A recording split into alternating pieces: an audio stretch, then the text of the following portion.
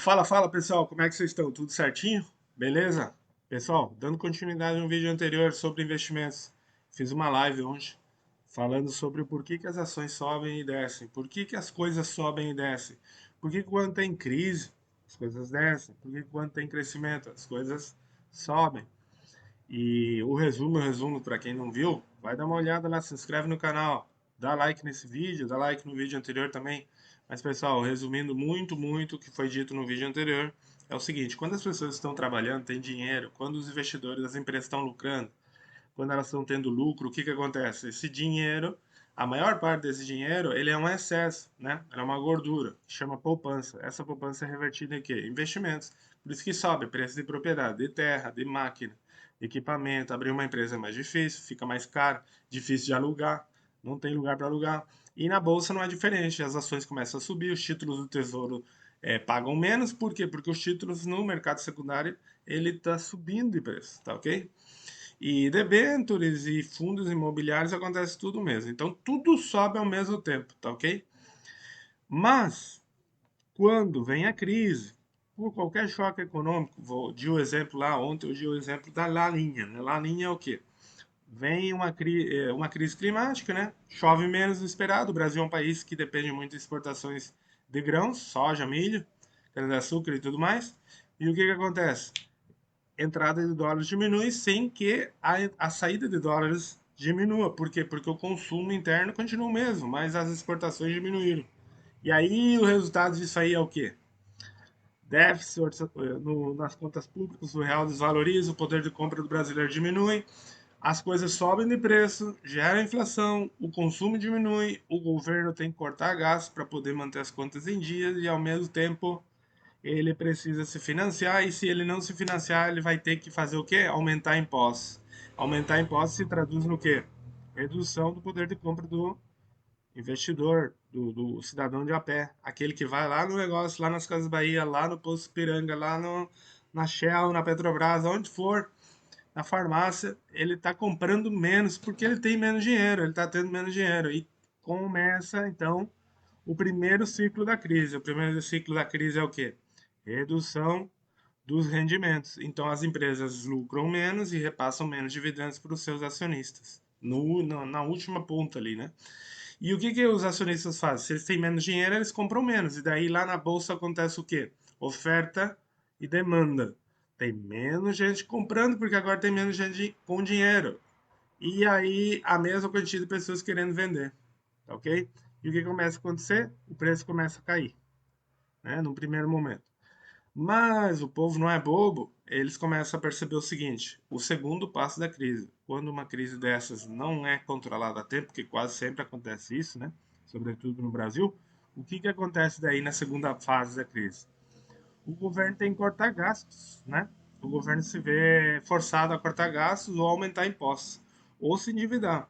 E se endividar numa época onde não tem dinheiro é se endividar com juros altos. Isso faz com que enxugue a quantidade de dinheiro que tem no mercado. Menos dinheiro ainda no mercado, porque o governo agora está absorvendo esse dinheiro para pagar suas próprias contas e os seus gastos. Isso gera menos dinheiro na economia real, no dia a dia das pessoas. Isso faz com que comece a haver desemprego. E algumas empresas começam a operar no vermelho. O que é operar no vermelho? Começar a gerar prejuízo. Quando elas começam a gerar prejuízo, aí o que acontece? Elas precisam buscar dinheiro de algum lugar. Aí elas vão, tentam se financiar de novo. Os juros sobem mais ainda. E cada vez tem menos dinheiro no mercado disponível, menos dinheiro circulando na economia. E daí é um efeito dominó. E daí essas empresas que estão no vermelho cobrem esse buraco fazendo o quê? Vendendo os títulos, seja de títulos de tesouro, de bônus aí, né? Debentures, títulos de fundo imobiliário, fundo de investimento, ações de outras empresas, porque tem empresas que têm ações em outras empresas. Eles vão liquidando essas operações, como na bolsa tem muita liquidez, em um prazo aí de 3 dias, você vende hoje, daqui 3 dias o dinheiro está na conta. Essa é a grande vantagem da bolsa. Né? Nesse vídeo eu vou falar sobre as vantagens da bolsa de valores. Por que você deveria investir na bolsa de valores pelo menos um pouquinho do seu dinheiro? Tá ok? Mas, resumindo, o vídeo anterior era isso, pessoal. Por que sobe? Porque tem muito dinheiro circulando está tendo um excesso, uma gordura que se transforma em poupança, essa poupança se reverte em investimento. Quando tem crise, diminui os investimentos, então reduz aí a quantidade de dinheiro disponível, porque está tendo gente desempregada, empresa trabalhando no vermelho, um efeito dominó, até que se estabiliza essa situação e daí volta a crescer de novo. E aí é o ciclo da economia, sobe e desce. Se vocês verem nas gráficas aí, vocês vão ver, historicamente a economia ela tem ciclos de crescimento e ciclos de crise ou decrescimento, tá ok? Bom, agora nesse vídeo aqui, depois de explicado isso aí foi um resumo do vídeo anterior. Se você quer saber mais, tem um vídeo anterior que eu falo sobre isso aí, tá ok? Numa live aí que eu fiz. Agora, pessoal, vou explicar para vocês por que vocês deveriam ter um pouquinho de dinheiro, pelo menos, aplicado na bolsa. Quais são as vantagens que a bolsa te dá, em comparação com outros tipos de investimento. Vou fazer uma comparação aí de três tipos de investimento que usualmente as pessoas fazem. O que que é? Renda fixa, poupança, né? Muita gente guarda dinheiro na poupança. Outro tipo de investimento que as pessoas fazem é comprar terrenos, ou propriedades, né? Imóveis. E o terceiro é o quê?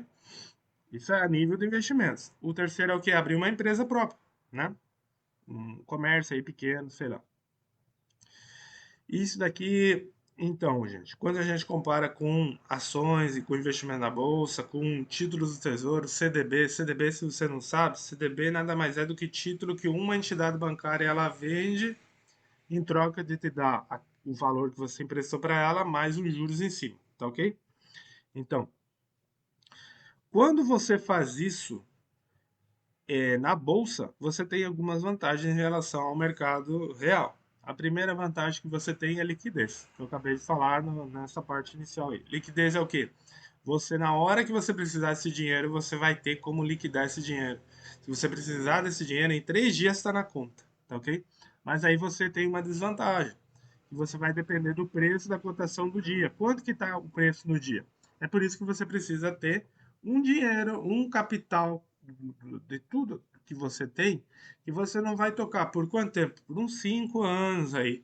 Você vai deixar rolar lá na bolsa e vai investir nisso aí.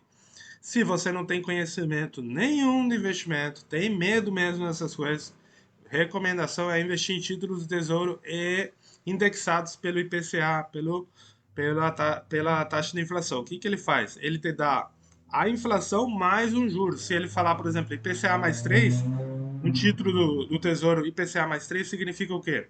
Ele te dá o índice de preço do consumidor amplo, né, que é o IPCA, que é a inflação, medição da inflação ampla, e um plus, um valor em cima, que costuma ser aí uns 3, em época de crise costuma ser 6, 7%. Então ele te paga a inflação mais 7%.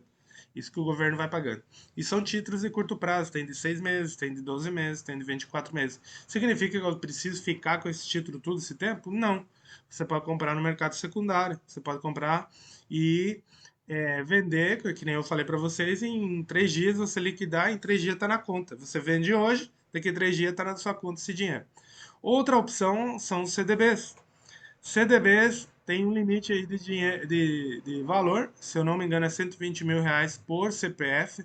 Então, se você tem até 120 mil reais por CPF e por entidade bancária, por instituição, por conglomerado, por exemplo, se você investiu no Bradesco 120 mil reais e daí você vai no Itaú e faz o mesmo, você pode investir, então, separado, se você tiver muito dinheiro. E ele paga parecido com o título do Tesouro, só que geralmente ele paga mais, né? Sobretudo se forem instituições bancárias mais pequenas, tipo o Sicredi, Secop, esse tipo de empresas também, eles buscam dinheiro no mercado secundário, tá ok? Então daí o que você faz? Você vai lá, investe e vai que essa empresa quebra. Então, por isso que existe o seguro garantidor de crédito, que é o que? É um seguro que você tem em caso que essa instituição quebre, você recupera esse dinheiro. Experiência das pessoas que já passaram por esse processo, eles dizem que esse dinheiro se recupera entre 2 meses a um ano. Geralmente 6 meses. A maioria fala que é uns 6 meses para recuperar esse dinheiro, tá ok? Em caso de que a instituição quebre. É muito difícil quebrar uma instituição no Brasil Não costuma acontecer, sobretudo das empresas que estão na bolsa de valores, porque elas são muito controladas, tá ok? Tem várias empresas aí que emitem esse tipo de título, tá ok? E a outra opção é compra de ações. As ações também têm alta liquidez, tá ok? Comparando com um terreno, por exemplo, gente, você vai comprar um terreno, você tem que pagar imposto imobiliário. No título do Tesouro você não paga, eles te pagam, tá ok? No CDB também, né? Eles te pagam, você não tem que pagar nada. E como que eu faço para fazer esses investimentos? Em outro vídeo eu vou explicar para vocês como é que faz para vocês entrar numa corretora e o que que vocês precisam fazer, qual que é o investimento mínimo, tem uma quantidade mínima, eu vou explicar tudo isso aí para vocês no próximo vídeo. Mas por enquanto vocês têm que entender isso aí. Se você não entende nada de investimento, comece por renda fixa, comece por CDB e deixa de ser burro, de deixar dinheiro na poupança. Para de ser idiota, começa a investir em títulos que rendem mais, que tem segurança, que vai ter garantia aí uma renda muito maior do que a poupança está rendendo atualmente, tá ok? E seja parte também desse mundo, né? Eu sempre lembro isso aí, Estados Unidos, mais de 60% da população dos Estados Unidos, a gente está falando mais de 200 milhões de pessoas investem em bolsa de valores, por isso que é o país mais rico do mundo. No Brasil são só 3 milhões de pessoas, que significa que 1,5% da população do Brasil investe, contra 60% nos Estados Unidos. É por isso que eles são mais grandes que nós. E depende da gente. Cada um de você aí, o dinheirinho que você tiver, o que sobrar, sobrou só R$ 50. Esse 50 se sobrou 20. Esse 20 você vai botar. Você tem que criar um hábito de investimento para você, para os seus filhos, para os seus netos, para todo o seu entorno aí tem esse hábito, para que isso possa ir se consolidando na sua vida, tá ok? Então esse vídeo de hoje foi isso, para apresentar as vantagens de você investir na bolsa assim de maneira muito simples. Tem muitas outras vantagens, mas para mim a principal é a liquidez e a segurança que o mercado financeiro ele te dá. Porque ele é muito vigiado, ele é muito controlado, em caso que dê alguma coisa errada, ele tem seguro. Ao contrário de outro tipo de investimento, você comprar um terreno, um lote aí, você tem que pagar imposto, e você tem que pagar o IPTU, você tem que cuidar do terreno, senão você leva a multa. O terreno ele é caro, você não tem como comprar com R$ 100 um terreno, né? Você tem que, um lote, você tem que comprar já à vista, a não ser que você compre em prestação. Prestação tem juros muito altos, ninguém vai vender o terreno com juros baixos, então você sai perdendo. E abrir uma empresa é muito arriscada. Para vocês terem uma ideia, no Brasil, mais de 50% das empresas fecham antes de completar 2 anos. Então a sua chance de você fechar a sua empresa é de 50% em 2 anos.